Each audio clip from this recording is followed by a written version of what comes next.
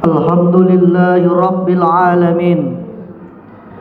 Hamdan wa syukran lillah, salatan wa salaman ala Rasulillah wa ala alihi wa ashabihi wa mawalah.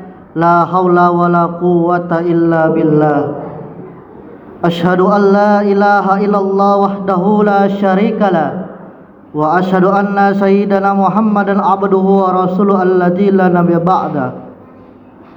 Allahumma salli wa sallim wa barik ala sayyidina wa maulana Muhammadin wa ala alihi wa ashabihi ajma'in.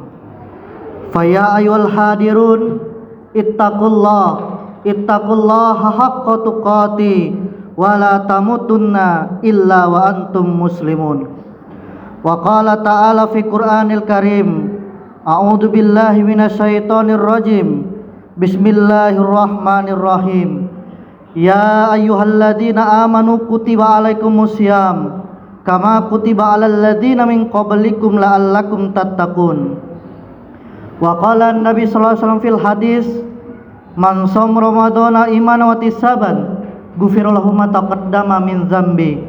Shadaqallahul azim wa sadaqar rasulun nabiyyu karim wa nahnu ala zalika minasyahidin wa syakirin. Walhamdulillahi Rabbil Alamin. Hadirin jamaah sholat Jumat yang dimuliakan Allah Subhanahu wa Ta'ala, pertama-tama dan yang paling utama, mari sama-sama kita mengucapkan puji syukur kehadirat Allah Subhanahu wa Ta'ala dengan ucapan Alhamdulillahi Rabbil Alamin. Karena Allah telah memberikan kita nikmat iman dan Islam.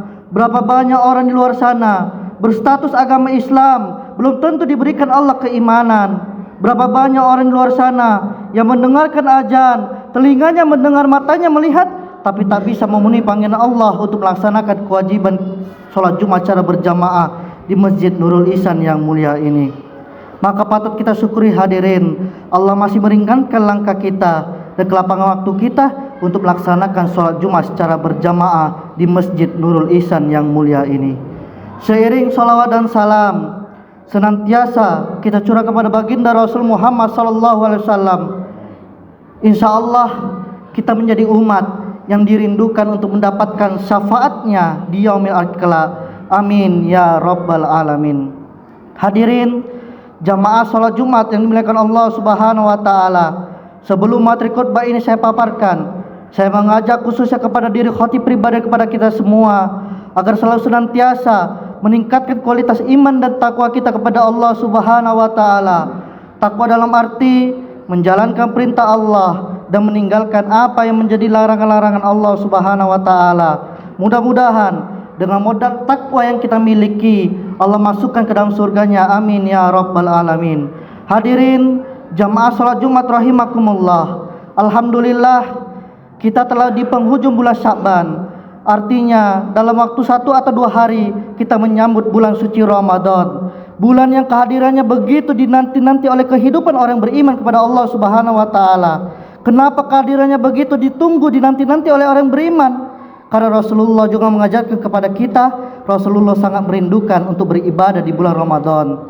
Sampai-sampai kita sering membaca doa yang dibacakan oleh Nabi, Allahumma barik lana fi Rajab wa Sya'ban wa balighna Ramadan. Ya Allah, berkahi umur kami di bulan Rajab dan Sya'ban, dan sampaikan umur kami di bulan Ramadan.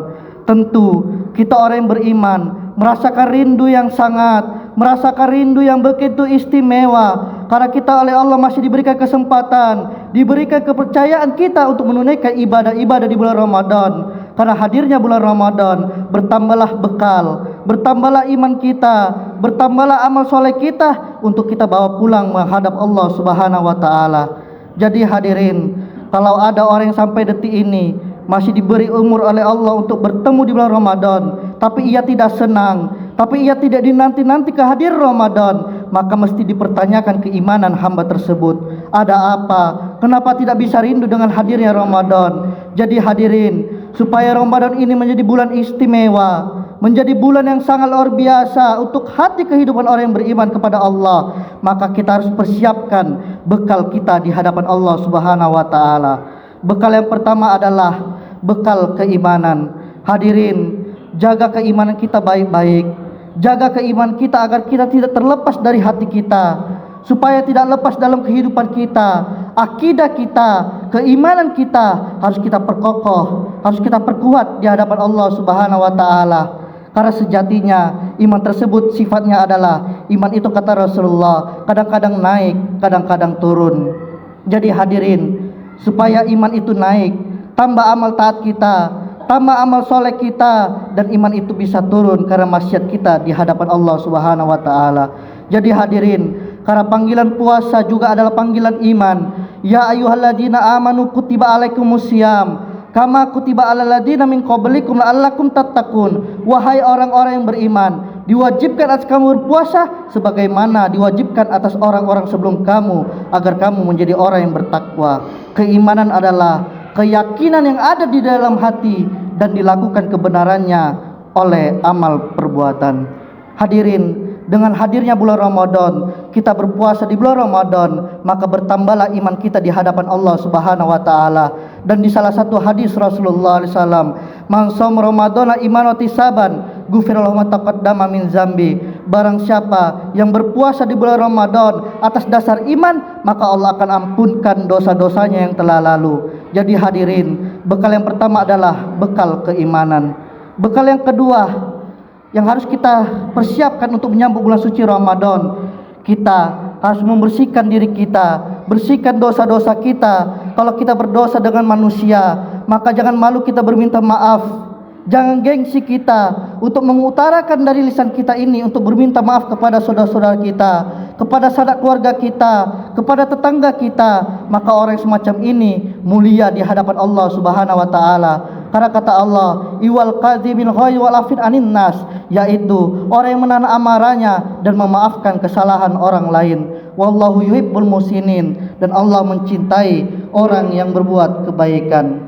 Karena hadirin, dalam kehidupan kita seringkali kita selisih paham, seringkali kita berdebat yang menyakiti teman kita, tetangga kita, saudara kita. Karena dalam hidup ini tidak ada orang yang sampai detik ini pada titik kebenaran. Mereka hanya mencapai kebenaran, karena kebenaran yang sesungguhnya hanyalah milik Allah Subhanahu wa taala. Innamal mu'minuna ikhwa, sesungguhnya orang yang beriman itu bersaudara. Oleh sebab itu hadirin, jikalau kita berdosa kepada Allah, kesempatan bulan suci Ramadan, bulan yang penuh ampunan dan hidayahnya Allah Subhanahu wa taala, kita masih dipertemukan di bulan Ramadan, kita gunakan sebaik-baiknya hidayahnya Allah Subhanahu wa taala.